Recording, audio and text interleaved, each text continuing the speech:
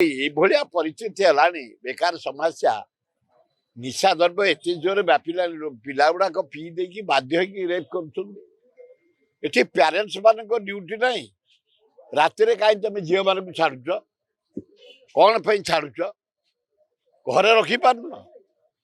ଆମ ପରମ୍ପରା ଓଡିଆ ପରମ୍ପରା ହଉଛି ସନ୍ଧ୍ୟା ହେଲେ ଝିଅ ଘରେ ରହିବେ, ମା ବୋଉ ଘରେ ରହିବେ, ପଦାକୁ ବାହାରିବେନି। ଜାନି ପଟ୍ଟନାୟକ ସରକାର ହେଇଛି ରାତି 11ଟା ପର୍ଯ୍ୟନ୍ତ ମହିଳା ମାନେ କାମ କରି ଘରକୁ ଫେରୁଥିଲେ। ସେ ସରକାର ଏଇନା ନାହିଁ। ଏଇଟା ଗୋଟେ ପୋଲା ସରକାର, ଶସ୍ତା ସରକାର। ଆଇନ ଶୃଙ୍ଖଳା ଯଦି କଣ୍ଡମ ହେଇଛି କାହା ସମୟରେ ଏଇ ସରକାରରେ, ନାରୀ ନିର୍ଯାତନା ଯଦି ଇଣ୍ଡିଆରେ ନମ୍ବର 1 ସ୍ଥାନ ପାଇଛି ଖୋର୍ଦ୍ଧା ଓଡିଶା ଏଇ ସରକାରରେ। ଖୁବ ଭଲ ଥିଲା। ଏଗୁଡା ଅପାରଗ ସରକାରଟା ଚାଲିଛି। ଭୁଷୁଡି ଯିବ କେତେବେଳେ ରାତି ପାଇଲା ବେଳକୁ ନଥିବେ।